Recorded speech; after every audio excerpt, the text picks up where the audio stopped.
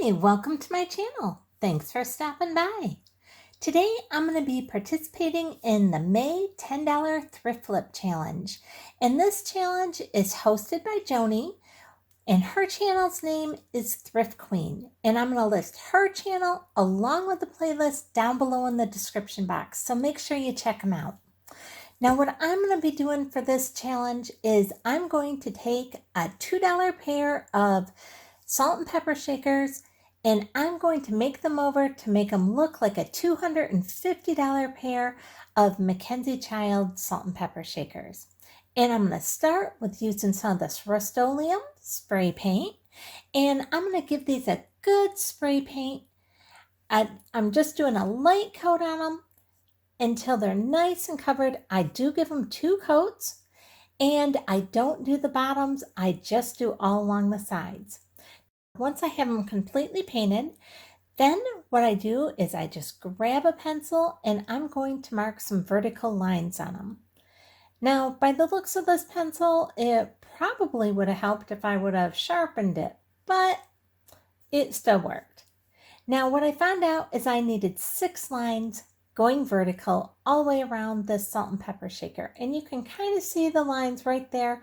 They're kind of light. Hopefully you can see them. I have them evenly spaced going all the way around. And then what I'm going to do is I'm going to add some vertical lines on the bottom portion. And what I do is where I have each line from the top, I'm going to go ahead and extend that line from the top all the way down to the bottom. And then on the bottom portion, I'm going to add another line in between each of those lines that we extend down from the top. I'm going to add another line in between each of those. And I'll show you a little bit closer up here what that looks like. Right there. And you can see that each line from the top is extended all the way down. And then in between each of those, I have an extra line going down.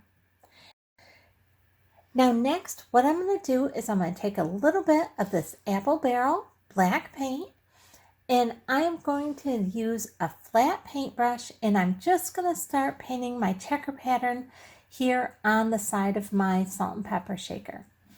Now, normally I would go ahead and add some horizontal lines as well, so I have a template of where I want my checks to be. But as you can see here, it's kind of faint, but there's already a pattern on this salt and pepper shaker of a couple lines going around horizontally. So I'm just letting those lines kind of be my guide as to how thick I want each of these little checkerboards to be. Now, if you decide to do this and your salt and pepper shaker does not have those lines, then by all means go ahead and draw those on, because it's going to make it so much easier. And if you need to adjust something, it's a lot easier to adjust it with just a pencil mark than it is once you paint it. Now, once we have that checkerboard pattern painted on top, then we're going to go ahead and draw our stripe pattern on the bottom portion. And I'm just going every other line. I'm doing white, black, all the way around. Now, I am not being really perfect or particular on making sure all my edges and lines are exactly painted perfectly. For this part, right now, I'm just trying to get my pattern onto my salt and pepper shaker. Once I'm all done with that, then I'll go through and I'll clean up the edges of all the lines and try and make them as nice and straight as I want them to be.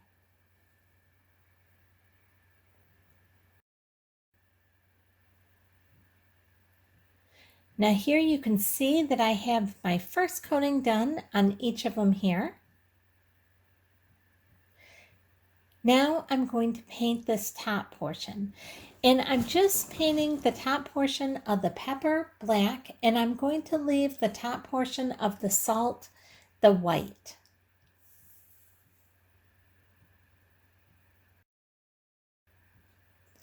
And now I'm using a little bit of this Master's Touch acrylic paint in the titanium white. And I'm going to use that just to do the little touch-ups all around the edges where my lines aren't super straight from when I drew my checkerboard on. Once I have that all done, I'm going to take some of this folk art brushed metal in the brushed antique gold, and I'm going to go ahead and put this right around the top and a little bit down towards the bottom of the top portion. And I picked this paint up at Walmart. And you can see I'm just adding it all the way around. Now I did change the type of brush that I'm using for this. I'm just using kind of a bigger, fluffier brush. When I tried to use the straight edge, it kind of wiped it off because of the ridges on this part. And so the straight edge is a little bit of a harder brush. And so it was just wiping off as much paint as it was putting on, going around these ridges here. So the softer brush is much easier if you also end up with a salt and pepper shaker that has ridges like that. And now I'm just very gently going along, and I'm not trying to draw a straight line. I'm not trying to do anything other than just kind of lightly brush and let the paint go where it will as I'm going around the edge of that bottom ridge. The bottom ridge of the top. I'll get it right there. Now here you can see what they're looking like. They're all done. They're all painted. Everything is all set that way. But the gold, I wanted it just a little bit shinier gold, a little bit more gold. So what I did is I took some of that Rust-Oleum gold that I had bought for a different project, and I just decided to spray some down in this little pill container, and now I'm just kind of brushing it on here. Now this is very, very liquidy when you do this, but you can definitely brush the paint on like that, even if you have spray paint like that. Just spray it in a small container and you can use your paintbrush to brush it. Now, once that's all dry, I'm just going to take some of this Mod Podge and I'm going to give this a really good coating of Mod Podge. Because these are going to be something that can be used in the kitchen, you want to make sure that they're really coated well and protected. So if somebody has wet hands or anything, it's not going to hurt your salt and pepper shaker.